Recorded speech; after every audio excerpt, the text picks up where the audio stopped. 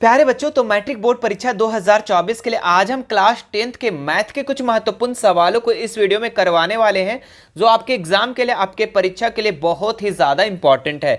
तो आपको इस वीडियो को शुरू से लेकर अंत तक देखना और अपने उन सभी साथियों को शेयर कर देना जो अपने फाइनल बोर्ड एग्जाम की तैयारी कर रहे होंगे और जो मैथ से काफी डर रहे होंगे। ठीक है, मैं आज बच्चों पेपर और पेन के माध्यम से जितने भी मैथ के वेरी वेरी इंपॉर्टेंट क्वेश्चन है, सभी सवालों को हम इस वीडियो में करवाने वाले हैं। ठीक है, तो आपको दिल थाम के शुरू से लेकर अंत तक इस वीडियो को देखना है। तो चलिए फिर शुरू करते हैं इसके सबसे पहले सवाल से। देखिए, इसका जो सबसे पहला सवाल दिया हुआ है, एक घड़ी की मिनट की सुई जिसकी लंबाई 14 सेंटीमीटर है, इस सुई द्वारा 5 मिनट में रचित क्षेत्रफल ज्ञात करें। ठीक है, तो एक घड़ी में कितना सुई होता है बच्चों? 3 सुई। एक में उसमें क्या होता है? मिनट का सुई होता है, और मिनट की जो सुई है उसकी लंबाई 14 सेंटीमीटर और 5 मिनट में रचित क्षेत्रफल निकालना है। जैसे कि आप देख सकते हैं बच्चों, यहाँ पे हमने घड़ी बना दी, इस तरीके से घड़ी होता है और इसमें मान लो कि 1 मिनट का सुई हम बना देते हैं। ठीक है, ये आपका हो गया मिनट का सुई, और आपको पता है कि मिनट का सुई 5 मिनट में कितना जाता है। जैसे कि 12 से 1 तक चल गया तो आपका 5 मिनट हो जाएगा, 1 से 2 तक चल जाएगा तो आपका 5 मिनट हो जाएगा, 1 से, तो यहां से यहां तक जो जाएगा बच्चों, ठीक है, तो इसके अंदर जितना क्षेत्रफल बनेगा, इसी क्षेत्रफल को आपको क्या करना है? निकालना है। ठीक है, तो चलिए शुरू करते हैं और बनाते हैं। देखिए, इसका क्या लिखेंगे हम लोग सबसे पहले, क्वेश्चन नंबर 25 है ना। लिखेंगे कि मिनट की सुई 60 मिनट में कितना डिग्री का कोण बनाता है। ठीक है, अगर मान लो कि ये पूरा डिग्री अगर घूमता है, ये मिनट की सुई पूरा घूमता है, तो कितना डिग्री का कोण बनाएगा? 360 डिग्री का। तो लिखेंगे यहां पे, है ना, मिनट की सुई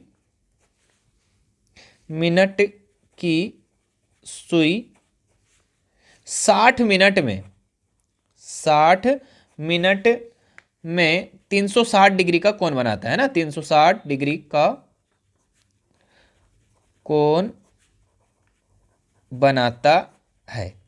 ठीक है, और मिनट का सुई जो है बच्चों, ठीक है, अगर मिनट का सुई जो है वो 1 मिनट में कितना बनाएगा?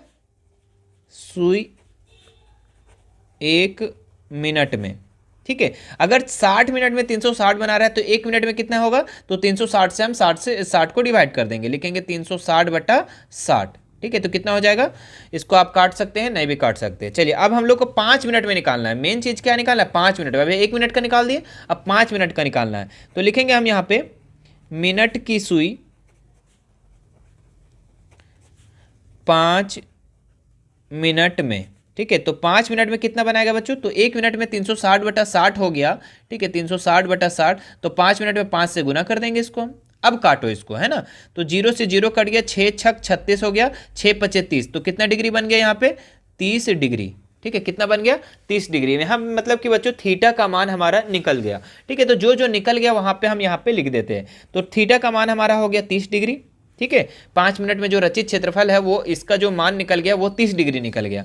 ठीक है, इसी का हम लोग को निकालना था, 30 डिग्री निकल गया। और आपका त्रिज्या दे रखा है, त्रिज्या जो है ना, मिनट का सुई कितना बोला है? 14 सेंटीमीटर, तो आपका कितना हो जाएगा त्रिज्या? 14 सेंटीमीटर। ठीक है, अब हम लोग लिखेंगे यहाँ पे 5 मिनट में रचित क्षेत्रफल। ठीक है, तो ये एक बन गया त्रिज्या खंड के जैसा बच्चों, ये बन गया कैसा? त्रिज्या खंड के जैसा। तो इसीलिए हम यहाँ पे त्रिज्या खंड का क्षेत्रफल लगाएंगे। तो त्रिज्या खंड का क्षेत्रफल कितना होता है? θ/360πr²। ठीक है, चलिए, थीटा का मान कितना हो जाएगा जी? 30 हो जाएगा, तो 30 लिख देंगे, बटा 360 हो जाएगा बाबू। यहाँ पे पाई का मान कितना होता है? 22/7। ठीक है, और आर का मान कितना हो जाएगा? आर का मान हम लोग जस्ट निकाले 14, है ना, तो लिखेंगे 14, और ये 2 बार लिखेंगे क्योंकि स्क्वायर है ना, तो 14×14। अब देखो इसको काटेंगे, 7 दूनी 14, इसको 0 से 0 काटो, 12 तिया 36। ठीक है, 6 दूनी 12। ठीक है, और कटेगा जी? हाँ कटेगा। 3 दूनी 6, 11 दूनी 22। ठीक है, अब ऊपर में हमारे पास क्या बचा? तो ऊपर में बचा 11×14। ठीक है, 11×14, और नीचे हमारे पास बचा 3। चलिए गुना कर दीजिए 11 और 14 को, 14×14 और 14×14 मतलब कि 154 हो जाएगा। कितना हो जाएगा? 154/3 सेंटीमीटर स्क्वायर। ठीक है, तो ये इसका आंसर हो जाएगा। चलिए, इसको भी आप लोग नोट कर लीजिए एक जगह। ठीक है, काफी इंपॉर्टेंट क्वेश्चन है बच्चों, बहुत बार एग्जाम में पूछा गया है ये सवाल। चलिए आगे बढ़ते हैं हम लोग नेक्स्ट सवाल में। अगला जो सवाल दिया हुआ है आपका क्या दिया हुआ है, अथवा में करके इसे भी हम सॉल्व करेंगे, ये भी सवाल इंपॉर्टेंट है। आकृति में छायांकित भाग का क्षेत्रफल ज्ञात करें। यदि ABCD भुजा 14 सेंटीमीटर का एक वर्ग है तथा APD, ठीक है, मतलब APD ये वाला और BPC ये क्या है, दो अर्धवृत्त है, ठीक है। तो हमको जो छायांकित भाग दिख रहा है, जो कलर किया हुआ भाग है, उसका हम लोग को क्या करना है, क्षेत्रफल को ज्ञात करना है। चलिए बनाते हैं इसको भी हम लोग। सबसे पहले देखिए यहाँ पे वर्ग का भुजा दे रखा है, यहाँ पे वर्ग की जो भुजा है ना ये 14 सेंटीमीटर ये दे रखा है, तो 14 ये हो गया, 14 ये, 14 ये। वर्ग का भुजा तो आपको पता है सबका बराबर होता है ना। चलिए तो लिखेंगे यहाँ पे वर्ग की भुजा, वर्ग की भुजा, तो वर्ग की भुजा कितना हो जाएगा भाई, तो वर्ग की भुजा हो जाएगा 14 सेंटीमीटर, ठीक है। अब अर्धवृत्त की त्रिज्या निकाल लेंगे। देखिए वर्ग की भुजा यहां से यहां तक अगर 14 है बच्चों, तो त्रिज्या कितना होगा, आधा पर होगा, जस्ट आधा कर देंगे उसको हम लोग। तो लिखेंगे यहां पे अर्धवृत्त की त्रिज्या, यानी कि त्रिज्या को हम लोग कैसे लिखते हैं, R से, ठीक है। तो 14/2 कर देंगे तो कितना हो जाएगा, 7 सेंटीमीटर, ठीक है। 14/2 क्यों किए, तो क्योंकि आपको पता है बच्चों कि यहां से यहां तक आपका 14 दिया हुआ, मतलब कि वृत्त का जो है ये व्यास दिया हुआ, तो त्रिज्या कैसे निकलेगा, जस्ट इसका आधा कर देंगे हम लोग, तो आधा कर दिए। अब निकालना है हमको छायांकित भाग का क्षेत्रफल। चलिए लिखते हैं हम लोग छायांकित भाग का क्षेत्रफल।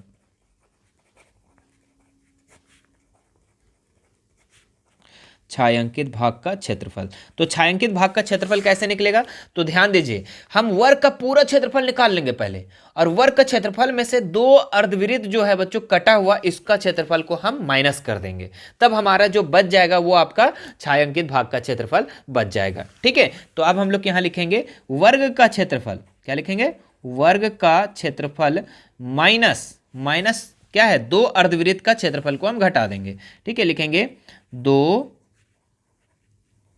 अर्धवृत्त का क्षेत्रफल, ठीक है। तो देखिए वर्ग का क्षेत्रफल क्या होता है, तो वर्ग का क्षेत्रफल होता है A² मतलब भुजा स्क्वायर माइनस दो अर्धवृत्त का क्षेत्रफल, तो 2 गुना अर्धवृत्त का क्षेत्रफल क्या होता है, तो πr²/2 है ना। तो लिखेंगे πr²/2। देखिए 2 से ये 2 कैंसिल हो जाएगा, सबसे पहली बात, ठीक है। उसके बाद देखिए A², A कितना दिया हुआ है, ये आपका भुजा कितना दिया हुआ है, 14, तो लिख देंगे 14 का स्क्वायर माइनस, ठीक है। यहाँ पे पाई का मान 22/7 और आर का मान अभी जस्ट हम लोग निकाले 7, तो लिख देंगे 7 गुना 7, ठीक है। 7 से 7 हो गया कैंसिल। अब 14 को 14 से गुना करेंगे कितना हो जाएगा, 196, कितना हो जाएगा 196 है ना, 14 का स्क्वायर करेंगे तो, और 22 को 7 से गुना करेंगे कितना हो जाएगा, 7 दूनी 14 और 7 दूनी 14 1 15, यानी कि 154। अब 196 में 154 घटा दो बाबू, तो कितना बचेगा, 6 में से 4 गया तो 2, और यहाँ पे 19 में से 15 गया तो 4, ठीक है। तो 42 जो हो जाएगा, 42 सेंटीमीटर स्क्वायर इसका आंसर हो जाएगा, ठीक है। तो समझ में आया ये छायांकित भाग का क्षेत्रफल कैसे निकला, ठीक है। एक बार क्वेश्चन को आप अच्छे से मिला लेंगे, उसके बाद सॉल्व करेंगे, ठीक है। चलिए आगे बढ़ते हम लोग नेक्स्ट सवाल में। अगला जो सवाल दिया हुआ मेरे प्यारे बच्चों, देखते हैं क्या सवाल है कि द्विघात समीकरण 3x² - 5x + 2 = 0 के मूलों की प्रकृति ज्ञात कीजिए। यदि मूलों का अस्तित्व हो तो उन्हें ज्ञात करें। चलिए बहुत ही अच्छा सवाल है, बहुत ही लॉलीपॉप सवाल है ना। चलो बाबू देखो, इसमें क्या करना है आपको, सबसे पहले ध्यान देने वाली बात है कि इसका आपको मूल ज्ञात कर लेना है, ठीक है। क्या करना है, मूल ज्ञात कर लेना है, और मूल ज्ञात करने के बाद उसका अस्तित्व अगर होगा तो उन्हें उसका जो मूल होगा वो निकालना है। चलिए मूलों की प्रकृति निकालते हैं सबसे पहले। क्वेश्चन नंबर 26, ठीक है, लिखा हुआ है 3x² - 5x + 2 = 0, यही है ना। चलिए इसमें देख लीजिए ABC क्या है दिया हुआ, तो ये आपका हो जाएगा बच्चों, ठीक है। इसमें देखिए A जो हो जाएगा आपका 3 हो जाएगा, B जो हो जाएगा आपका -5 हो जाएगा, और C जो हो जाएगा आपका 2 हो जाएगा। अब आपको निकालना है D, क्या निकालना है भाई, D निकालना। और D में यानी कि विविक्तर का फार्मूला क्या होता है, तो इसका फार्मूला होता है B² - 4AC, ठीक है। तो B कितना है, -5, तो लिखेंगे -5 का स्क्वायर माइनस 4 × A का मान 3, तो 3 लिख देंगे, और C का मान कितना होता है, 2 होता है, ठीक है। 5 से 25 हो जाएगा, और -4 × 3 = 12 दूनी 24, तो 25 में से हम अगर 24 को घटा देंगे कितना बचेगा, 1 बचेगा, यानी कि विविक्तर हमारा निकल गया, विविक्तर निकल गया 1, यानी कि डी जो है ना ये 0 से बड़ा हो गया बच्चों, डी जो है ये 0 से बड़ा हो गया। तो इसका मतलब जो इसका मूल का जो प्रकृति होगा वो क्या होगा, वास्तविक और असमान होगा। क्या होगा, मूल जो होगा बच्चों, इसको यहां नीचे हम लिख देंगे, मूल वास्तविक तथा असमान होगा। ठीक है, मतलब कि मूल की प्रकृति निकालने बोल रहा था, तो हम लोग मूल की प्रकृति अब निकाल दिए। अब जब मूल की प्रकृति निकल गया तो मूलों का अगर अस्तित्व है तो हम लोग क्या करेंगे, उसको ज्ञात करना है, इसका मूल को ज्ञात करेंगे। इसका मतलब यही हुआ बच्चों कि मूल वास्तविक क्यों हुआ, क्योंकि डी जो है ये 0 से बड़ा हुआ है ना, 0 से बड़ा है कि नहीं है, एक बड़ा है ना जी 0 से। अगर 0 के बराबर होता तो सर, तो 0 के बराबर होता तो लिखते हैं मूल वास्तविक एवं समान होगा, लेकिन बड़ा है तो असमान हो गया। अगर सर माइनस में आ जाता तो, माइनस में आ जाता ना बाबू, तो क्या लिखते हैं, मूल होगा ही नहीं, इसका मूल की प्रकृति निकलेगा ही नहीं। ठीक है, असंभव है ना। तो अब क्या है, अब इसको हम लोग सॉल्व करेंगे, इसके मूल को ज्ञात करेंगे। चलिए, इसका सूत्र होता है आपका x बराबर -b plus minus under root D और बट्टा में 2a। ठीक है, चलिए बैठाते हैं, -b हो गया, अच्छा b का मान कितना है जी, -b का मान -5, तो लिख देंगे -5। ठीक है, चलिए -5 लिख दिए, plus minus under root D, D का मान कितना आया था, 1 आया था, तो लिख देंगे under root D, under root 1। ठीक है, अंडर रूट में 1 बटा में 2 इंटू ए का मान कितना था, तो ए का मान था हमारा 3, कितना था, 3 था, तो लिख देंगे यहाँ पे 3। ठीक है, चलिए बैठा दिया, फटाफट करते हैं, माइनस माइनस प्लस 5 हो गया, फिर plus minus under root D, D का मान की जगह हम कितना लिखेंगे, 1 लिखेंगे। ओहो, यहाँ तो छोड़ दिए थे हम बार बार, है ना, अंडर रूट डी 1 का वर्गमूल कितना हो जाएगा, 1 ही हो जाएगा। ठीक है, कितना हो जाएगा, 1 ही हो जाएगा। चलिए एक लाइन और बढ़ाना पड़ेगा चूंकि हम यहाँ पे काट नहीं पाए थे, 3 दूनी 6 हो गया। ठीक है, चलिए यहाँ पे आ जाइए, तो 5 प्लस माइनस 1 का वर्गमूल 1 और बटा में 6। ठीक है, अब ध्यान देने वाली बात है, यहाँ पे आपको 2 लाइन खींच लेना है। क्या खींचना है, 2 लाइन को खींच लेना है। ठीक है, जहां पे आपको x बराबर लिख लेना है 5, प्लस माइनस दोनों है ना, तो यहाँ पे एक बार प्लस लेके चल जाओ। ठीक है, और एक साइड लाइन में आपको क्या करना है, एक बार आपको माइनस वाला लेके चलना है। ठीक है, एक बार प्लस लिए, एक बार माइनस लिए। ठीक है, अब देखो 5 और 1 6 बटा 6, तो कितना हो गया, 1। ठीक है, इधर भी आ जाओ, तो 5 में से 1 गया तो 4 बटा 6, यानी कि 2 दूनी 4, 3 दूनी 6, 2 बटा 3। मतलब इसका जो मूल निकल गया बच्चों, ठीक है, जो इसका मूल निकल गया वो क्या क्या निकल गया, तो 1 निकला और 2 बटा 3 निकला। ठीक है, तो ये इसका आंसर हो गया। जब इतना इस तरीके से आप आंसर बनाओगे ना बच्चों, तो आपको फुल मार्क्स से कोई नहीं रोक सकता, कोई नहीं रोकेगा, आपको फुल मार्क्स दे दिया जाएगा यहां से। चलिए आगे बढ़े हम लोग। आप स्क्रीनशॉट लेना चाहते हैं तो आप ले सकते हैं, अगर आप उतारना चाहते हैं, उतार लिए हैं तो बहुत अच्छी बात है। ठीक है, आगे बढ़ते हैं हम लोग नेक्स्ट सवाल में। अगला जो सवाल दिया हुआ है इसी में आपका 2 ऐसे क्रमागत विषम धनात्मक पूर्णांक ज्ञात कीजिए जिनके वर्गों का योग 290 है। बहुत ही अच्छा सवाल है। ठीक है, तो हम इसको बनाएंगे, देखिए माना पहली संख्या, क्या लिखेंगे, माना पहली संख्या, तो पहली संख्या को हम लोग मान लेंगे, क्या मान लेंगे भाई, तो x मानेंगे। ठीक है, इसी तरीके से हम लोग दूसरी संख्या को क्या मान लेंगे, दूसरी संख्या को तो x प्लस क्या माने, 1 या 2, तो 2 मानेंगे। क्यों भाई, 2 क्यों मानेंगे, क्योंकि यहाँ पे विषम धनात्मक पूर्णांक बोला है। ठीक है, विषम धनात्मक, मान लो कि अगर पहली संख्या 3 है तो दूसरी संख्या कितना होगा, 5 होगा। क्यों, क्योंकि विषम लेना है, सम नहीं लेना है ना, तो 2 होगा। अगर मान लो पहली संख्या 7 है तो दूसरी संख्या कितना हो जाएगा, 7 और 2 9, है ना, विषम संख्या लेना। चलिए समझ में आ गया होगा उम्मीद है। अब हम लोग लिखेंगे यहाँ पे प्रश्नानुसार। चलिए प्रश्नानुसार ये कह रहा है कि 2 ऐसे क्रमागत विषम धनात्मक का पूर्णांक ज्ञात कीजिए जिसको वर्गों का योग जो है वो 290 है। तो ये आपका पहला और ये आपका दूसरी संख्या। ठीक है, दोनों को हम क्या कर दें, और इसका वर्ग का योग बोल रहा है तो इसका हम क्या करेंगे, वर्ग का योग कर देंगे। ठीक है, दोनों संख्या का वर्ग कर दिए, वर्ग मतलब स्क्वायर का, योग का कितना बराबर है, 290 के बराबर है। ठीक है, मतलब प्रश्न जैसा बोला वैसा एकदम 2 कॉपी उतार दिए। अब देखिए यहाँ पे एक्स स्क्वायर का एक्स स्क्वायर हो जाएगा, प्लस देखो a प्लस बी का होल स्क्वायर। ठीक है, तो तोड़ो, a square plus 2ab, 2 into A के जगह में x और b के जगह में 2 और प्लस b का स्क्वायर यानी कि 2 का स्क्वायर बराबर 290। ठीक है, इधर आ जाइए, एक्स स्क्वायर हो जाएगा प्लस एक्स स्क्वायर और यहाँ पे 2 दूनी 4x और प्लस 2 दूनी 4 बराबर 290। ठीक है, आगे देखिए, एक्स स्क्वायर एक्स स्क्वायर कितना x square 2x² plus 4x, ठीक है, प्लस 4x, और ये 4 जो है इधर आके माइनस में हो जाएगा बच्चों, ठीक है, तो 290 माइनस 4, ठीक है, तो हो जाएगा 2x², ठीक है, 2x² प्लस 4x, ठीक है, बराबर 290 में से 4 घटा देंगे तो 286 बचेगा, ठीक है।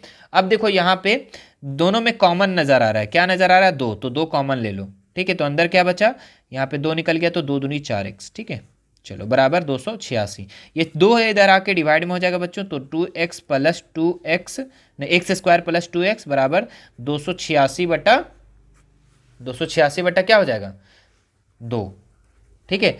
इसको अगर हम काटेंगे बच्चों, ठीक है, इसको हम काटेंगे तो कितना से कटेगा ये, तो देखो 2 एका 2, 2 दूनी 4, 2 चौके 8 और 2 तिया 6, 143 आ गया।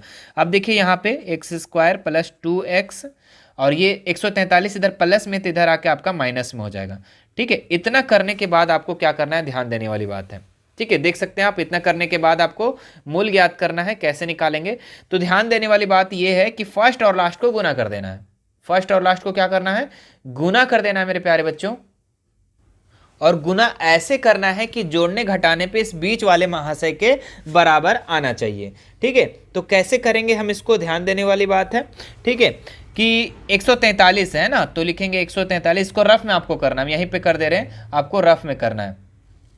इसको ऐसे तोड़ेंगे, देखिए ये 11 और 13 से हम तोड़ेंगे ना तो टूट जाएगा, 11 13 को गुना करेंगे तो 143 हो जाएगा, और घटाने पे देखिए 2x आ ही जा रहा है, ठीक है। तो अब देखो यहाँ पे क्या करेंगे, लिखेंगे x² प्लस 13x को पहले लिखेंगे, 13x माइनस 11x, ठीक है, माइनस 143 बराबर 0। हम ऐसे क्यों लिखे, चूंकि देखो 13x में से 11x घटाएंगे 2x बचेगा कि नहीं, हाँ सर बचेगा, तो इसीलिए। अब देखो ये दोनों को दोस्ती बना दो और ये दोनों को दोस्ती बना दो। अब दोनों दोस्त में देखो, ये दोनों दोस्त में कॉमन क्या नजर आ रहा है, x कॉमन नजर आ रहा है, तो अंदर में क्या बचा, अंदर में क्या बचा, 1x बचा, और प्लस 1x बाहर निकल गया तो अंदर में बचा 13, कितना बचा 13 बचा, ठीक है, और माइनस 11 को हम अगर यहाँ पे हम मान लो कॉमन ले लेते हैं, अगर हम यहाँ मान लो 11 को कॉमन ले लेते हैं तो अंदर में क्या बचा, यहाँ पे अंदर में बचा आपका x, और माइनस देखो 11 से कितना से गुना करेंगे, 143 आता है तो 13 से, ठीक है। हाँ ध्यान देने वाली बात ये है कि ये माइनस में है तो माइनस कॉमन निकलेगा तो यहाँ प्लस हो जाएगा, ठीक है, बराबर आपका 0। ध्यान देने वाली बात है ये कि ये और ये जो है आपका बराबर होना चाहिए, ठीक है, दोनों क्या होना चाहिए, बराबर होना चाहिए, अन्यथा गलत हो जाएगा, तो बराबर है सर, ठीक है। अब देखो यहाँ पे x माइनस 11 एक जगह लिख देंगे, मतलब ये वाला और ये वाला एक जगह, और ये जो दोनों मिल गया उसको हम लिख देंगे एक जगह, ठीक है। अब नीचे एक बीच में हम लाइन दे देंगे, और लाइन देने के बाद देखेंगे तो x माइनस 11 बराबर 0 और x प्लस 13 बराबर 0, तो x बराबर कितना हो जाएगा, माइनस में इधर आके प्लस में 11, और x बराबर इधर हो जाएगा माइनस में 13। हमको लेके चलना है प्लस वाला, किसको लेके चलना है बच्चों, तो प्लस वाला हमको लेके चलना है, ठीक है। तो प्लस वाला 11 है, तो इसका मतलब कि जो पहली संख्या जो हम लोग x माने थे ना वो आपका 11 है, ठीक है। तो यहां पे हम लिख देंगे अतः पहली संख्या इज इक्वल टू, क्या माने थे, x माने थे तो x बराबर 11, ठीक है। इसी तरीके से दूसरी संख्या को क्या माने थे, दूसरी संख्या को हम लोग माने थे x प्लस 2, ठीक है, तो लिख देंगे 11 प्लस 2 बराबर 13, मतलब पहली संख्या आपका 11, दूसरी संख्या आपका 13 हो गया। तो आप इसको भी आप लोग नोट कर सकते हैं, ठीक है। देखिए आप लोग मत सोचिएगा कि हम बहुत बड़ा बना रहे हैं, बस बहुत छोटा है, हम क्या कर रहे हैं, थोड़ा सा बड़ा बड़ा बोल्ड बोल्ड लिख रहे हैं ताकि आपको यहाँ पे क्लियर विजिबल हो, क्लियर दिखे, है ना, इसीलिए देख रहे हैं कितना बड़ा बड़ा हम लिख दे रहे हैं, सो ठीक है। तो आपको छोटे छोटे लिखेंगे ना तो आप आ जाएगा, ठीक है, और बड़ा बड़ा इस तरीके से लिखेंगे तो और अच्छी बात है, ठीक है, आपको पूरा पेपर दिया जाएगा। चलिए आगे बढ़ते हैं हम लोग नेक्स्ट सवाल में। अगला जो सवाल दिया हुआ है, क्या दिया हुआ है, आंधी आने से एक पेड़ टूट जाता है और टूटा हुआ भाग इस प्रकार मुड़ जाता है कि पेड़ का शिखर का जमीन से को छूने लगता है और इस के साथ 30 डिग्री का कोण बना देता है। पेड़ के पाद बिंदु की दूरी जहां पेड़ का शिखर जमीन को छूता है 8 मीटर है, पेड़ की ऊंचाई आपको क्या करना है, ज्ञात करना है। बहुत ही आसान सवाल है, बहुत ही इजी सवाल है, ठीक है। चलिए बनाते हैं इसको भी हम लोग फटाफट, ठीक है। हाँ कैसे बनेगा, आंधी आने से, है ना, देखिए आंधी आने से पेड़ टूट जाता है। चलिए इसको सबसे पहले हम फिगर बनाते हैं,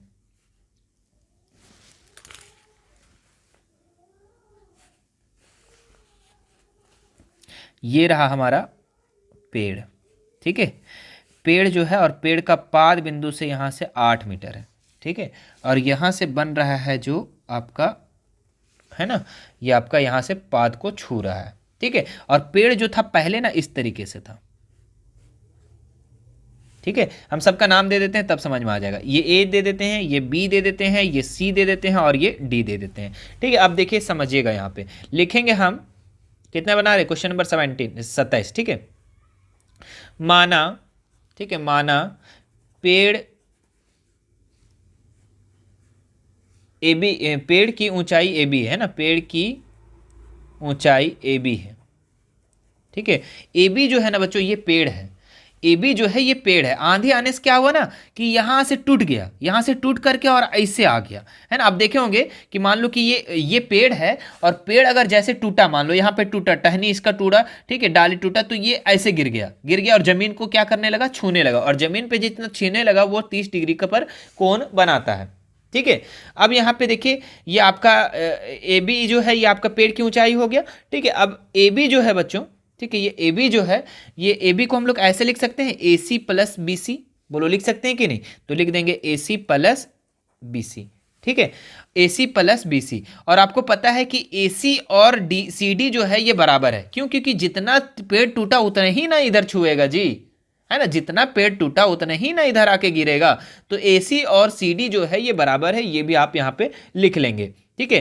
तो यहाँ पे आप एक बार और लिख लीजिए, ए बी बराबर जो ए सी के बराबर है ना, ए सी के बराबर वो सी डी है, ठीक है, तो लिख देंगे C D plus B C, ठीक है। ए बी की ऊंचाई, जो पेड़ की ऊंचाई हम लोग ऐसा भी लिख सकते हैं कि ई वाला और ई वाला जोड़ देंगे तो हमारा पेड़ की ऊंचाई निकल जाएगा, क्यों, क्योंकि टूटल के ना यहाँ गिरा हुआ है जी, ठीक है। तो ये वाला और ये वाला जोड़ देंगे, तो अब हमको क्या क्या चाहिए, ये वाला चाहिए और ये वाला चाहिए। अगर ये दोनों मिल गया बच्चों, तो हम लोग क्या बोलेंगे कि पेड़ की ऊंचाई निकल जाएगा, दोनों को जोड़ देंगे, है ना।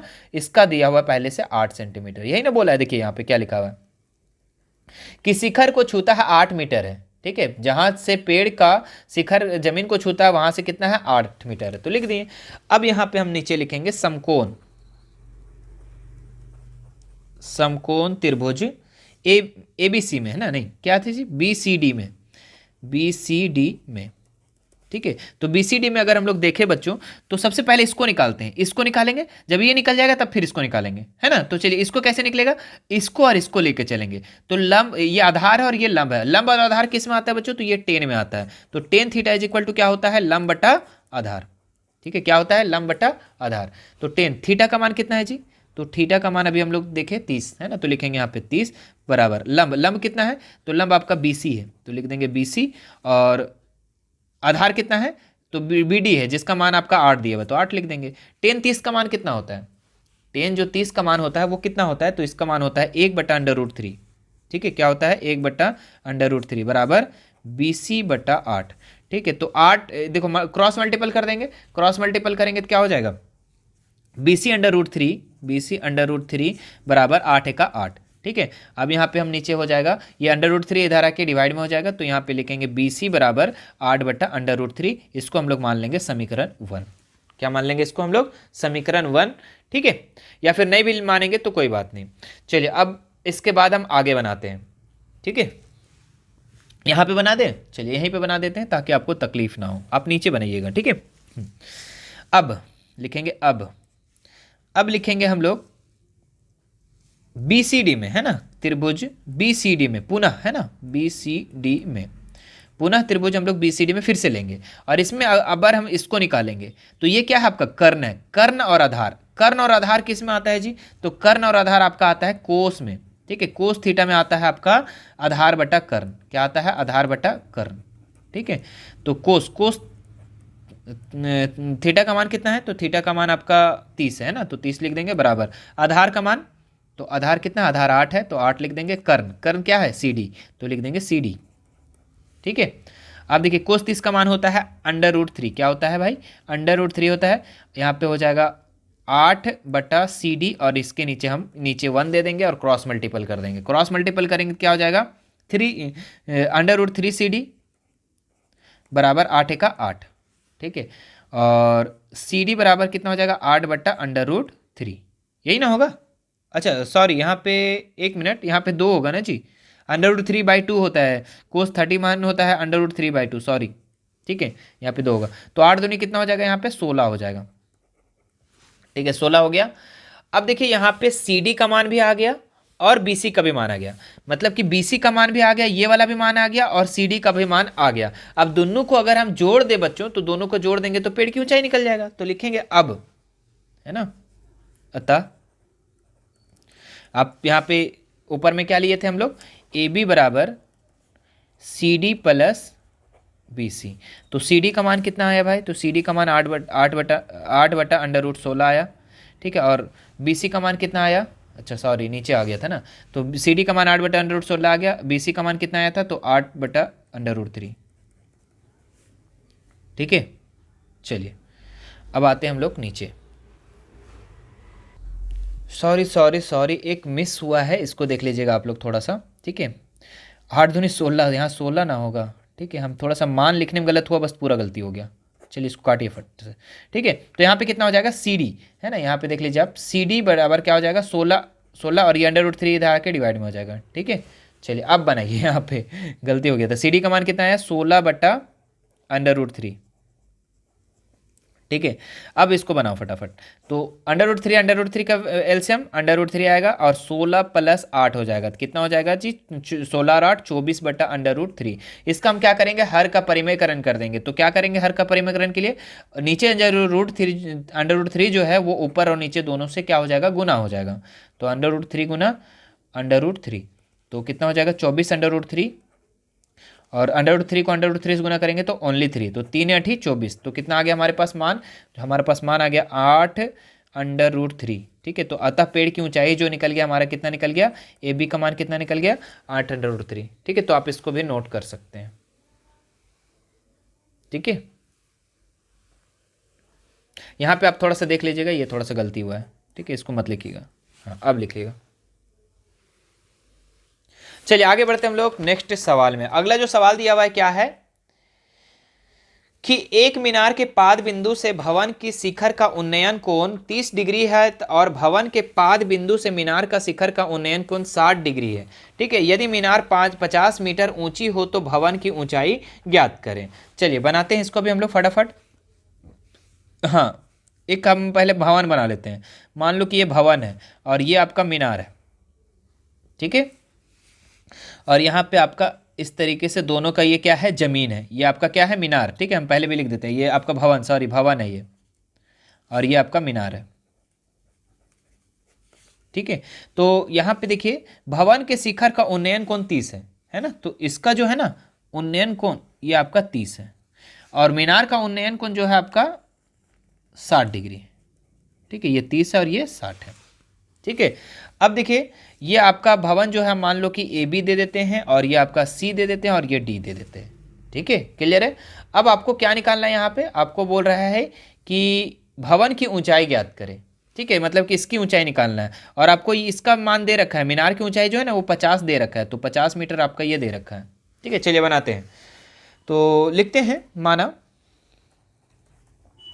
माना AB भवन है, AB जो है ये क्या है, भवन है, तथा CD जो है, CD क्या है, मीनार है, ठीक है, ये हम लिख दिए। अब यहां पे लिखेंगे समकोण त्रिभुज, कौन वाला, पहले इसमें लेके चलो, ठीक है, इसमें, ठीक है, इसमें लेंगे तो ABC में, त्रिभुज ABC में, तो ABC में अगर हम लोग लेके चले तो यहाँ पे देखिए लंब और आधार लेके चलेंगे तो हम लोग tan को लेंगे, tan थीटा = लंब बटा आधार, क्या होता है, लंब बटा आधार, ठीक है। तो tan थीटा का मान 30 डिग्री बराबर लंब कितना है, लंब जी, लंब AB है तो AB लिख देंगे, आधार कितना है, BC है तो BC लिख देंगे, ठीक है। अब tan 30 का मान कितना होता है, तो tan 30 का मान जो होता है वो होता है 1/√3, क्या होता है, 1/√3 बराबर AB बटा BC। अब देखिए क्रॉस मल्टीपल कर देंगे, क्या हो जाएगा हमारा, यहाँ पे क्रॉस मल्टीपल करेंगे तो BC को 1 से गुना करेंगे तो BC बराबर AB/√3, क्या हो जाएगा, AB/√3, इसको समीकरण 1 मान लो, ठीक है। उसी तरीके से हम क्या करेंगे, अब BDC वाले त्रिभुज में लेंगे, ठीक है, तो लिखेंगे पुनः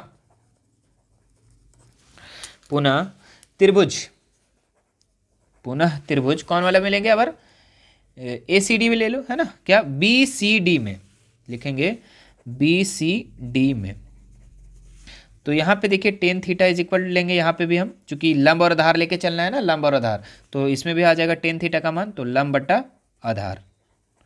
तो टेन का थीटा का मान कितना है जी, तो थीटा का मान यहाँ पे 60 डिग्री है, तो लिख देंगे 60 डिग्री बराबर लंब कितना है, तो लंब आपका 50 है, पहले दे रखा है, तो आप 50 यहाँ पे भी लिख सकते हैं, या फिर पहले एक बार लिख लो सी डी बटा बी सी लिख लो, है ना, लंब क्या है सी डी और आधार क्या है बी सी, तो लिख देंगे सी डी बटा बी सी।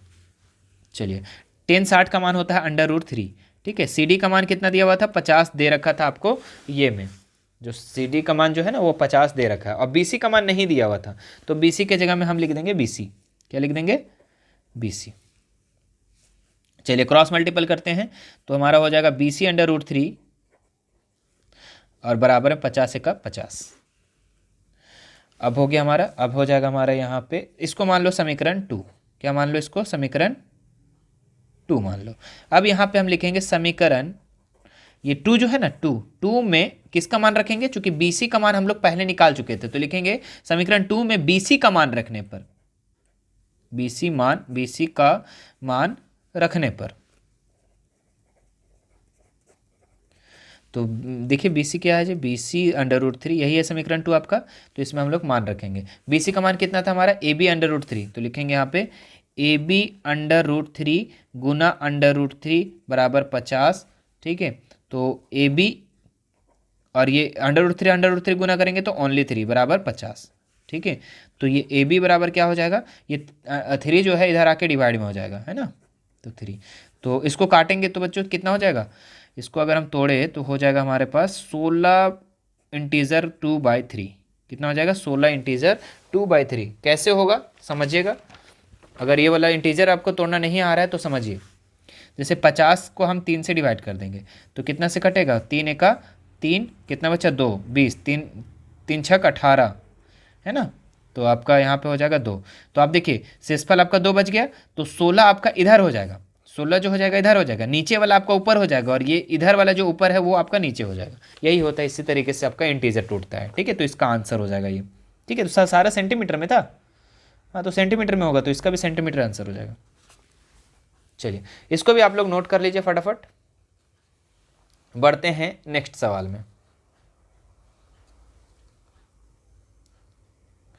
अगला जो सवाल है बच्चों आप लोगों का 28 नंबर, क्या दिया हुआ है, सिद्ध करें कि दो समरूप त्रिभुज के क्षेत्रफल का अनुपात इनकी संगत भुजाओं के अनुपात के वर्ग के बराबर होता है। वेरी वेरी इंपॉर्टेंट क्वेश्चन है बच्चों, ठीक है, क्या है, वेरी वेरी इंपॉर्टेंट क्वेश्चन है, ये आपका प्रमेय 6.6 है, ठीक है, और यहां से आपके एग्जाम में सवाल जरूर आएंगे, ठीक है, देखिए प्रमेय 6.1 हो गया, प्रमेय 6.2 हो गया, प्रमेय 6.6 और प्रमेय 6.8 और 6.9, ये सारे का सारे आप प्रमेय जो है आपका इंपॉर्टेंट है, तो 6.6 भी इसमें से बहुत ज़्यादा इंपॉर्टेंट है। तो देखिए इसमें क्या बोल रहा है कि दो समरूप त्रिभुज दिया हुआ है और दोनों के संगत भुजाओं अनुपात के वर्ग के बराबर होता है, ये आपको सिद्ध करना है। तो देखिए मैंने पहले यहाँ पे बना दिया, चूंकि आपको टाइम हम नहीं लेना चाहते हैं ज़्यादा से ज़्यादा, चूंकि एग्जाम आपके सर पे है, ठीक है। चलिए इसको बना दिए हैं, समझिएगा, दो आपका त्रिभुज दिया हुआ है, ठीक है, ABC और PQR, और दोनों त्रिभुज में क्या है, समरूप है, ठीक है, दोनों त्रिभुज क्या दिया हुआ है, समरूप है, और समरूप है तो इसकी संगत भुजाएं के वर्गों का इसका जो क्षेत्रफल है वो बराबर होता है, ये आपको बताना है, ठीक है। तो देखिए हम यहां लिखेंगे दिया है, दिया क्या है भाई, तो दिया है ABC का जो त्रिभुज है और PQR जो है दोनों समरूप है, वो चीज को हम साफ साफ यहाँ पे लिख दिए हैं। आपको सिद्ध क्या करना है वो समझिएगा, सिद्ध जब तक नहीं समझेंगे तो आपको क्वेश्चन बनेगा ही नहीं, ठीक है। तो सिद्ध क्या करना है आपको कि त्रिभुज ABC का क्षेत्रफल बटा त्रिभुज PQR का क्षेत्रफल, दोनों का क्षेत्रफल का अनुपात जो है इसके संगत भुजाओं के अनुपात के वर्गों के बराबर होता है। तो देख लीजिए AB बटा PQ, देखिए AB का संगत भुजा क्या है, PQ, है ना, और BC का संगत भुजा क्या है, QR, और AC का संगत भुजा क्या है, PR, ठीक है। तो ये सारे का सारे हम क्या लिख दिए, अनुपातिक में लिख दिया और इसके वर्ग कर दिए, ये इसको क्या करना है, आपको प्रूव करना है, ठीक है। चलिए अब इसको प्रूव कैसे करेंगे वो समझिए। सबसे पहले हम एक रचना कर लेंगे, रचना में क्या करेंगे हम लोग कि BC पर एक लंब खींच देंगे AM, ठीक है, जैसे कि AD, सॉरी यहाँ पे AD नहीं, हम लोग यहाँ लिखेंगे AM लिखेंगे, है ना, ए एम और यहाँ पे पी एन है ना, सॉरी यहाँ पे थोड़ा सा मिस हुआ है, ठीक है। तो ए एम पर ए एम जो है लंब हम बी सी पर खींच देंगे, तो बी सी पे हम ए एम लंब खींच दिए, ठीक है। उसी तरीके से हम क्यू आर पर पी एन जो है ये लंब खींच दिए, क्यू आर पे पी एन लंब खींचा, ठीक है। ये रचना कर दिए। उसके बाद आपको क्या करना है, प्रमाण लिखना है। क्या लिखना है, प्रमाण। और लिखेंगे यहाँ पे त्रिभुज, त्रिभुज एबीसी का क्षेत्रफल बटा त्रिभुज पी क्यू आर का क्षेत्रफल, ठीक है, बटा त्रिभुज पी क्यू आर का क्षेत्रफल। तो एबीसी का क्षेत्रफल आपको क्या होता है पता है, त्रिभुज का क्षेत्रफल क्या होता है, 1/2 आधार गुणे ऊंचाई, यही ना होता है, 1/2 आधार गुणे ऊंचाई। तो देखिए लिखेंगे एबीसी का क्षेत्रफल बराबर 1/2, आधार क्या है भाई, तो एबीसी क्षेत्रफल में आपका आधार साफ साफ दिख रहा है कि नीचे वाला है, बीसी है, तो लिख देंगे बीसी। और ऊंचाई क्या है आपका, ए एम, तो लिख देंगे ए एम, सिंपल सा। उसी तरीके से पी क्यू आर में आ जाओ, तो पी क्यू आर में क्या होगा, 1/2 आधार गुणे ऊंचाई, आधार क्या है यहाँ पे क्यू आर, क्यू आर आपका आधार है, और ऊंचाई क्या है आपका पी एन, तो पी एन लिखते हैं, सिंपल। अब देखिए 1/2 से 1/2 क्या हो जाएगा, कैंसिल हो जाएगा, तो हमारे पास क्या बचेगा, B C into A M बटा Q R into P N. देख लीजिए B C into A M Q R बटा पी एन, इसको हम लोग समीकरण 1 मान लिए। किसी को कोई तकलीफ हो रहा है यहाँ तक का, नहीं, आगे बढ़िए। अब देखिए यहां पे कि जब दो त्रिभुज तो आपको समरूप दिया हुआ है, तो हम क्या करेंगे ना, ये छोटा वाला त्रिभुज जो है बच्चों ए बी एम और पी क्यू एन, दोनों त्रिभुज को हम समरूप करेंगे, ठीक है। और समरूप करने के बाद फिर हम काम करेंगे, तो लिखेंगे हम त्रिभुज ए बी एम में, त्रिभुज ए बी एम में और पी क्यू एन में, दोनों त्रिभुज को भी हम देखिए हम लोग कैसे कैसे समरूप करते हैं, ठीक है। तो सबसे पहले आप देखिए यहां पे कि ए एम बी ये वाला कोण, ठीक है, और पी एन क्यू मतलब ये वाला कोण, दोनों क्या है, बराबर है। क्यों, क्योंकि लंब है बच्चों, तो ये 90 डिग्री से बराबर हो जाएगा, क्योंकि लंब खींचा गया ना, तो लंब पे यहाँ पे 90 डिग्री से बराबर हो जाएगा, तो 90 डिग्री से हम क्या कर दिए, दोनों को बराबर कर दिए। उसके बाद एक देखो एक चीज और बराबर है, क्या बराबर है, कि कोण बी और कोण क्यू जो है बराबर होगा। कैसे होगा सर बराबर, क्योंकि इसलिए बराबर होगा बच्चों कि पहले नंबर पे यहाँ पे दे दिया है कि ये वाला त्रिभुज और ये वाला त्रिभुज क्या है, समरूप है, और समरूप है तो इसके संगत कोण भी बराबर होती है। तो जैसे कि कोण ए का बराबर कोण पी है, तो ए बी के बराबर कोण क्यू है, और सी के बराबर आर है, तो बी और क्यू बराबर होगा, सिंपल है। तो यहाँ पे हम लिख देंगे कि बी और क्यू बराबर है। कैसे है, क्योंकि दोनों त्रिभुज क्या है, समरूप है, ठीक है। अब आगे लिखिए कि दोनों त्रिभुज, जब यहाँ पे हम दो चीज को बराबर कर दिए बच्चों, दोनों त्रिभुज में है ना, दोनों त्रिभुज में हम क्या कर दिए, दो चीज को हम बराबर कर दिए, तो हम इसको एंगल कसौटी से क्या कर सकते हैं, समरूप कर सकते हैं। तो हमारा अब दोनों त्रिभुज क्या हो गया, समरूप हो चुका है, मतलब कि ए बी एम और पी क्यू एन दोनों क्या हो गया, समरूप हो गया। अब समरूप हो गया तो हम लोग यहाँ पे लिखेंगे बच्चों कि ए बी बटा पी क्यू और ए एम बटा पी एन, ठीक है। मतलब कि इस त्रिभुज में ए बी बटा पी क्यू है ना, ए बी बटा पी क्यू और ए एम बटा पी एन कर सकते हैं कि नहीं कर सकते, क्यों, क्योंकि दोनों समरूप है दोनों त्रिभुज, तो ए एम बटा पी एन लिख देंगे, है ना, इसको हम समीकरण 2 मान लेंगे। उसके बाद देखिए, उसके बाद क्या करेंगे कि हमारा दे रखा है क्या, कि त्रिभुज एबीसी और पी क्यू आर क्या है, समरूप है, ये तो दिया हुआ है, ठीक है, दिया हुआ है, तो हम लोग इसको लिख सकते हैं इस तरीके से कि ए बी बटा पी क्यू, बी सी बटा क्यू आर, ए सी बटा पी आर, बिल्कुल लिख सकते हैं। अगर दो त्रिभुज समरूप है, ये वाला और ये वाला त्रिभुज समरूप है, तो ए बी बटा पी क्यू लिख सकते हैं, बी सी बटा क्यू आर लिख सकते हैं, ए सी बटा पी आर लिख सकते हैं, ठीक है। इसके संगत कोण के साथ साथ संगत भुजा का अनुपात भी बराबर में होता है, ठीक है। तो यही चीज को हम समीकरण 3 में लिख लिए, ठीक है। अब आगे देखिए, जब ये दोनों बराबर हो गए बच्चों, तो हम यहाँ पे एक चीज ध्यान देने वाली बात है कि लेफ्ट और लेफ्ट बराबर है, लेफ्ट और लेफ्ट बराबर है, तो बताइए राइट और राइट बराबर होगा कि नहीं होगा, बिल्कुल बराबर होगा। तो लेफ्ट लेफ्ट बराबर है तो राइट राइट भी बराबर होगा, तो मतलब हम लिख सकते हैं एम बट देखिए जैसे ई बराबर है और ई इसके बराबर है, तो इसके बराबर तो ये भी हो सकता है ना।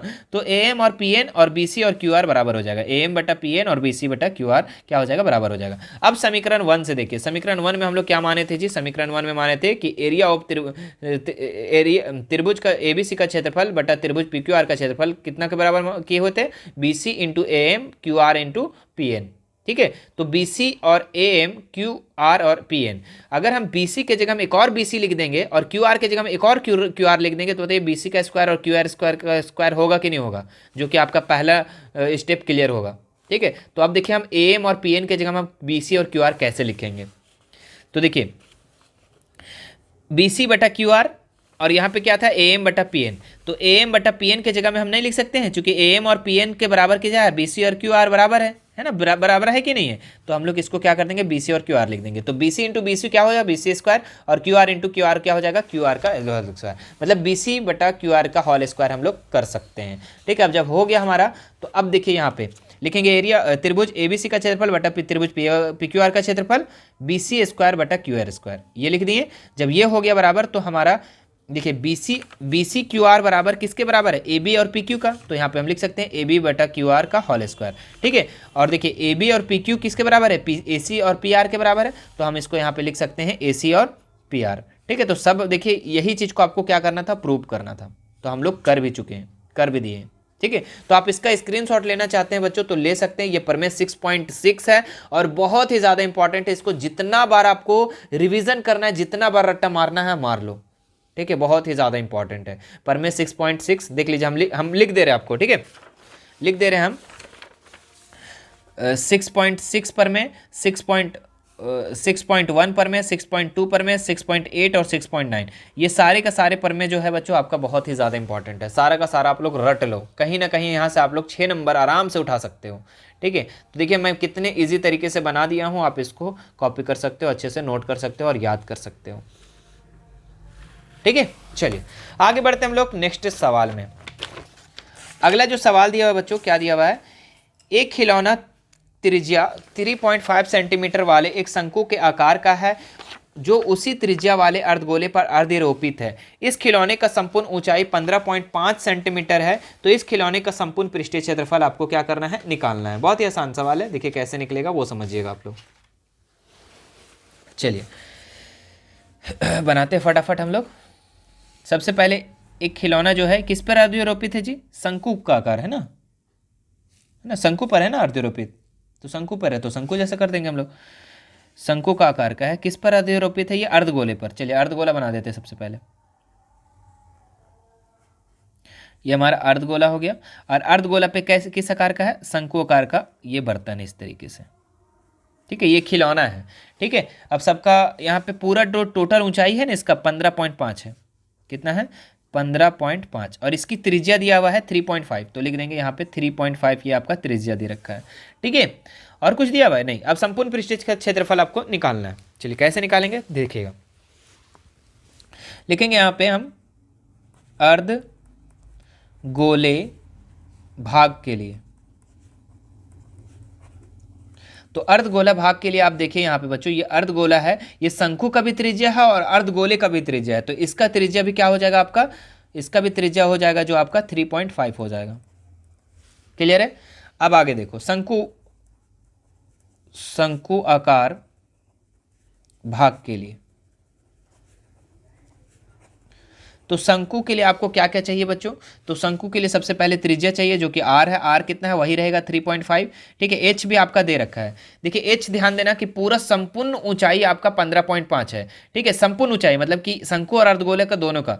तो देखिए यहाँ से यहाँ तक आपका, अगर मान लो हम सिर्फ इसका ऊंचाई निकालें, मान लो कि यहाँ तक ही ऊंचाई निकाले, सिर्फ शंकु का ऊंचाई निकाले, तो इसमें हमको 3.5 जो है वो घटाना पड़ेगा। क्यों, क्योंकि 3.5 आपका अर्धगोला है। तो यहाँ पे हम क्या करेंगे, 15.5 में से 3.5 को हम घटा देंगे, तो हो जाएगा हमारे पास 12 सेंटीमीटर आपका क्या हो गया, ऊंचाई हो गया। जब ऊंचाई हो गया बच्चों, तो शंकु के लिए एक चीज़ और क्या चाहिए आपको, शंकु के लिए आपको तिर्यक ऊंचाई चाहिए। क्या चाहिए आपको, तिर्यक ऊंचाई, जिसको हम लोग एल कहते हैं। एल का फॉर्मूला होता है √h² प्लस r²। ठीक है, तो क्या हो जाएगा हमारा, h का मान कितना है जी, तो h का मान हो जाएगा हमारा आपका 12। तो 12 का स्क्वायर कर देंगे और प्लस 3.5 का क्या कर देंगे, स्क्वायर कर देंगे। तो कितना हो जाएगा, 12 का स्क्वायर 144 और प्लस 3.5 का स्क्वायर करेंगे तो हमारा कितना हो जाएगा जी, 12.25। ठीक है, दोनों को जोड़ देंगे तो हमारे पास हो जाएगा 15 है ना, 156.25। कितना हो जाएगा, 156.25। इसका वर्गमूल निकाले तो हमारा हो जाएगा आपका 12.5। ठीक है, तो आप इसको कर सकते हैं। तो तिर्यक ऊंचाई भी हमारा यहाँ निकल गया। अब जब तिर्यक ऊंचाई निकल गया, ऊंचाई निकल गया, त्रिज्या निकल गया, तो बर्तन का संपूर्ण पृष्ठीय क्षेत्रफल हम लोग आराम से निकाल सकते हैं, जो खिलौने का संपूर्ण पृष्ठीय क्षेत्रफल है। तो यहाँ लिखेंगे हम लोग खिलौने का संपूर्ण पृष्ठ क्षेत्रफल मतलब कि टोटल सरफेस एरिया भी हम लोग बोल सकते हैं इसको, ठीक है। टोटल सरफेस एरिया मतलब संपूर्ण पृष्ठीय क्षेत्रफल। तो संपूर्ण पृष्ठीय क्षेत्रफल कैसे निकलेगा, तो अर्धगोले का पृष्ठीय क्षेत्रफल और शंकु का पृष्ठीय क्षेत्रफल को हम क्या कर देंगे, जोड़ देंगे, है ना, जोड़ देंगे तो हमारा निकल जाएगा। तो लिखेंगे यहाँ पे हम सबसे पहले शंकु का पृष्ठीय क्षेत्रफल मतलब कि सी ए से भी हम लिख सकते हैं इसको, कर्व सरफेस एरिया वक्र पृष्ठीय क्षेत्रफल प्लस अर्धगोले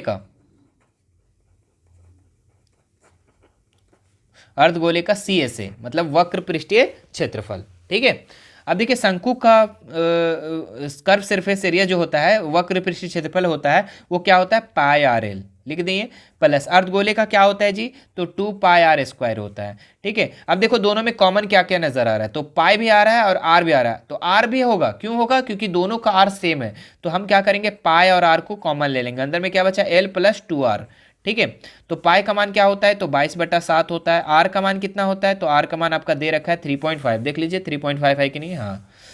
प्लस एल का मान अभी जस्ट निकाले 12.5, तो लिख देंगे 12.5 प्लस 2 इंटू आर का मान कितना है जी, आर का मान 3.5 है, तो 3.5, ठीक है। चलिए आ जाइए यहाँ पे 22/7 इंटू 3.5। अच्छा इसको काटना चाहते हैं तो काट सकते हैं जी आप इसको, ठीक है, काट दे क्या इसको, चलिए काटते हैं इसको। इसके नीचे हम 10 दे देंगे और 7×5 = 35 हो गया, ठीक है। और यहाँ पे देखिए 5 दूनी 10, 2 से कट गया, 11 दूनी 22, मतलब 11 सिर्फ बचा इधर, ठीक है। क्या बचा, 11, और इधर में आ जाओ अंदर में, तो कितना हो जाएगा, अंदर में 12.5 और प्लस 7, ठीक है।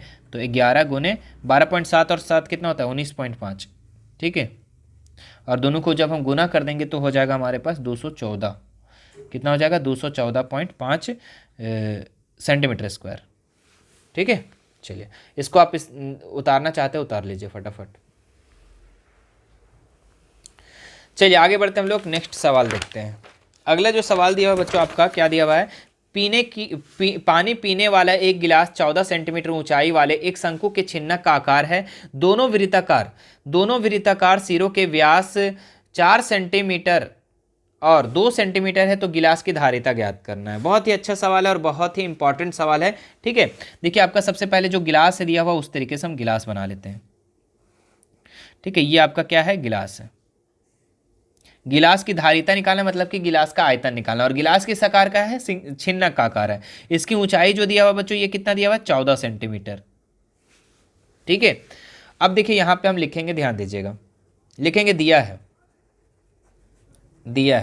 क्या दिया हुआ है, गिलास की ऊंचाई, है ना, क्या लिखेंगे, गिलास की ऊंचाई कितना दिया हुआ है जी, ऊंचाई h 14 दिया हुआ है, 14 सेंटीमीटर, ठीक है। और क्या दिया हुआ है, ऊपरी सिरा या सीमा कुछ भी लिख सकते हैं ना। ऊपरी सिरा का जो व्यास दिया हुआ वो कितना दिया हुआ है, 4 सेंटीमीटर, ठीक है। ये कितना दिया हुआ है, ऊपरी सिरा का व्यास जो है 4 सेंटीमीटर और नीचे का आपका 2 दिया हुआ है, ठीक है। तो इसका हम त्रिज्या निकाल लेंगे सबसे पहले। त्रिज्या कैसे होगा, 4/2 कर देंगे तो कितना हो जाएगा, 2 सेंटीमीटर, ठीक है। इसी तरीके से हम क्या करेंगे, निचली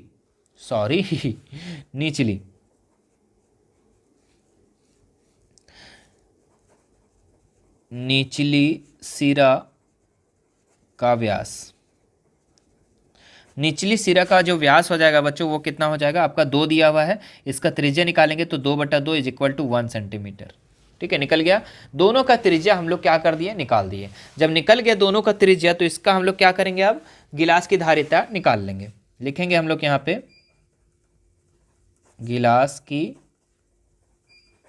धारिता, तो गिलास की धारिता क्या होगा, छिन्नक के आयतन के बराबर होगा। तो छिन्नक का आयतन क्या होता है, 1/3 पाई h, ठीक है, R1 का स्क्वायर प्लस R2 का square plus R1 into R2, ठीक है।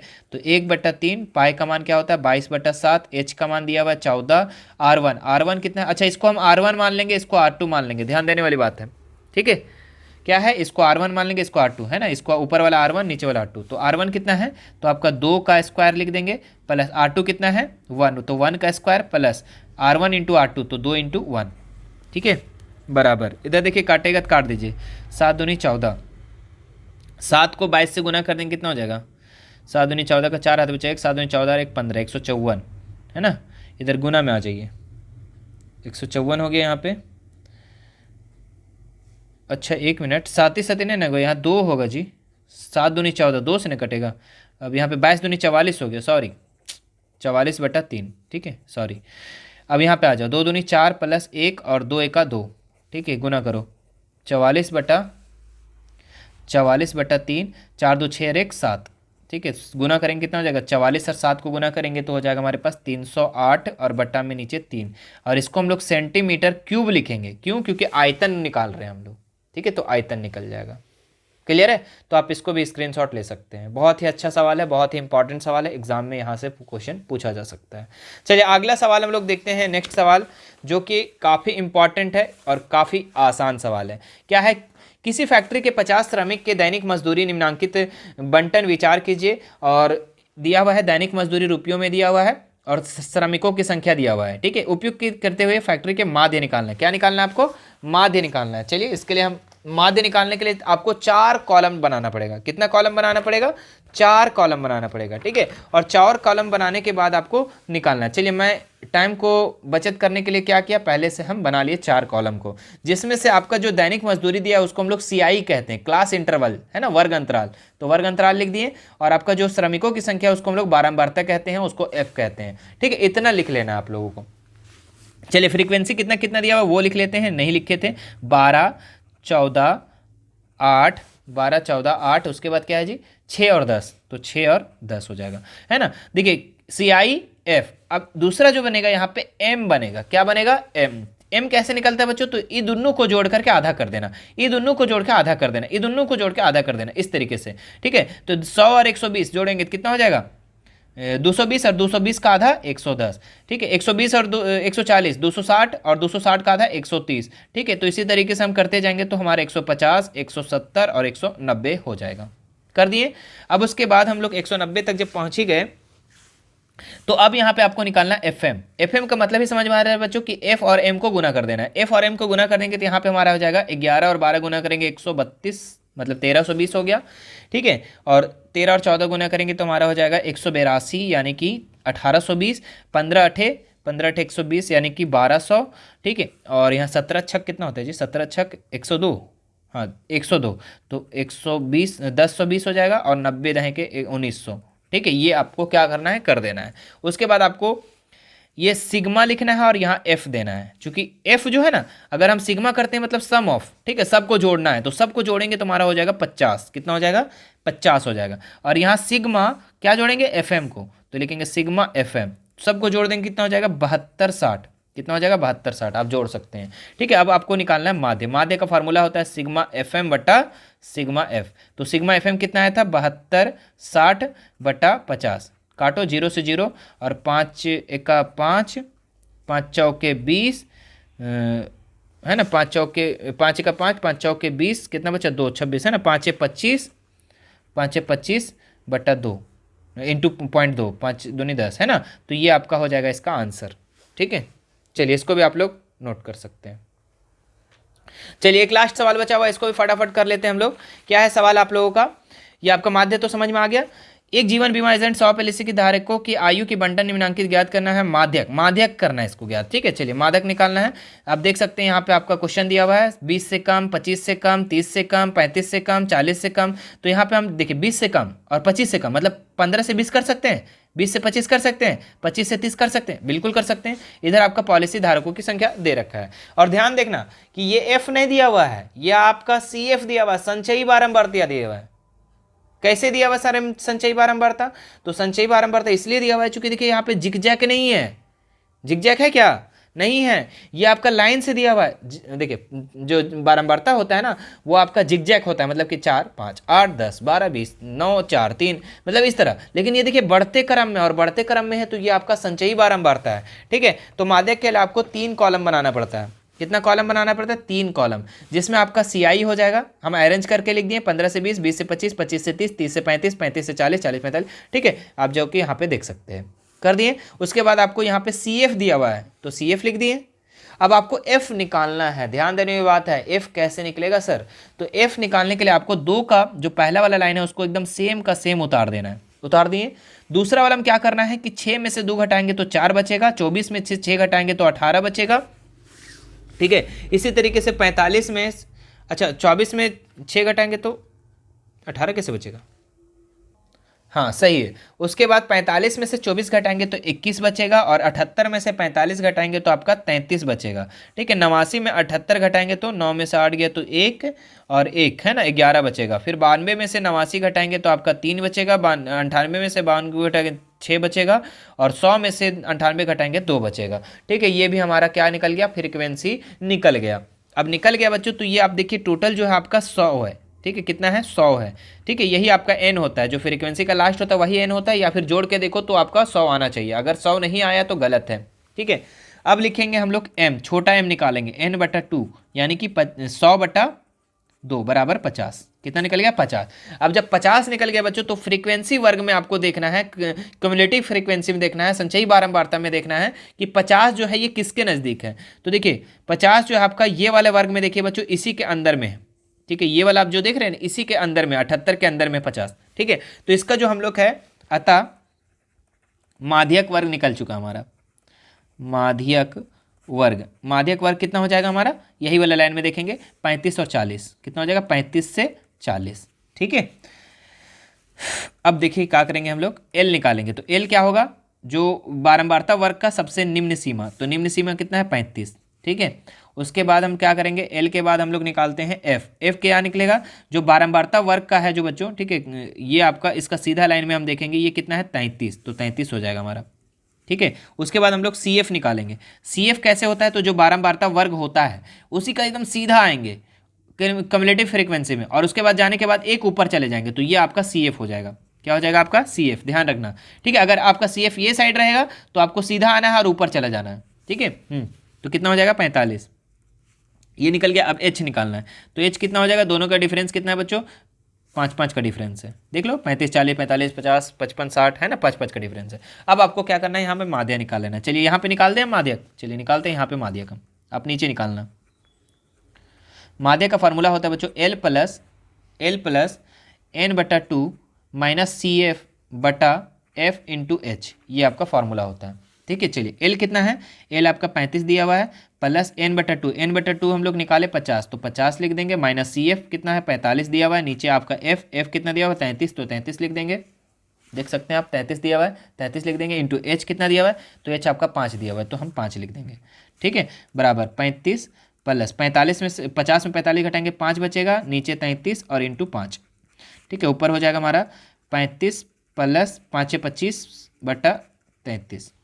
ठीक है, तो हो जाएगा हमारा 35 प्लस 25 में से 33 को हम डिवाइड करेंगे तो हो जाएगा हमारे पास 0.76। ठीक है, घट जोड़ेंगे तो कितना? 35 और 0.76 को, तो 35.76 इसका आंसर हो जाएगा। ठीक है, तो ये था मेरे प्यारे बच्चों आप लोगों का सारा महत्वपूर्ण सवाल।